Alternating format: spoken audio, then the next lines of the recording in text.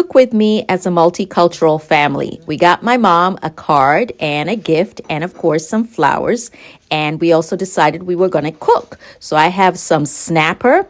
And then I also had my son shred some cabbage because I was feeling like making some Haitian-inspired Pikliz. I'm using apple cider vinegar with some seasoning. You can use white distilled vinegar if you prefer. So I have here cabbage, carrots, peppers, and onions shredded, okay? So you can julienne it or shred it really fine. And then I'm adding it to a jar. And this is inspired by the Haitian Pikliz, okay? They may not do this exact, but I have a reason why I do certain things, okay? So I'm going to add the simmering hot vinegar with the spices onto the cabbage because I want it to wilt a little bit. Once it's cooled, I put it in the fridge. I also have some avocado, but they're not quite ripe. But I'm going to cut up some banana because I'm also going to make some tostones, okay? Unfortunately, my banana was a little bit more ripe than I wanted it to. Typically, to make tostones, you want green plantain, okay? Green plantain. But I do also, I'm obsessed with sweet plantain. This is kind of somewhere in the middle. All right, so we take it out and then smush it once it's halfway done and then refry it. So this is what gives it that very crispy, tostone texture. Again, you wanted it a little bit greener than what I have it. But it's going to turn out really nice either way.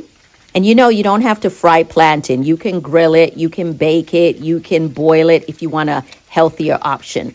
But I feel like being naughty today. It's Mother's Day. Hello.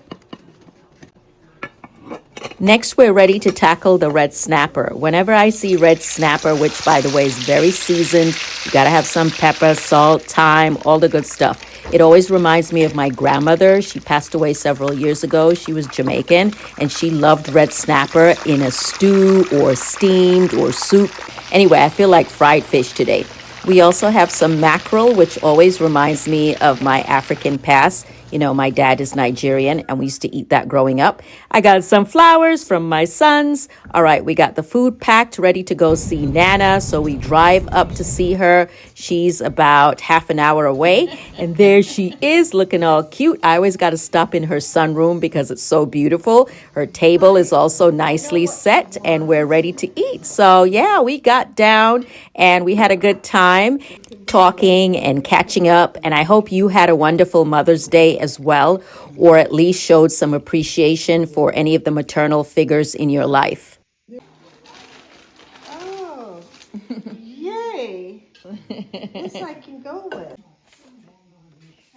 Life more joyful.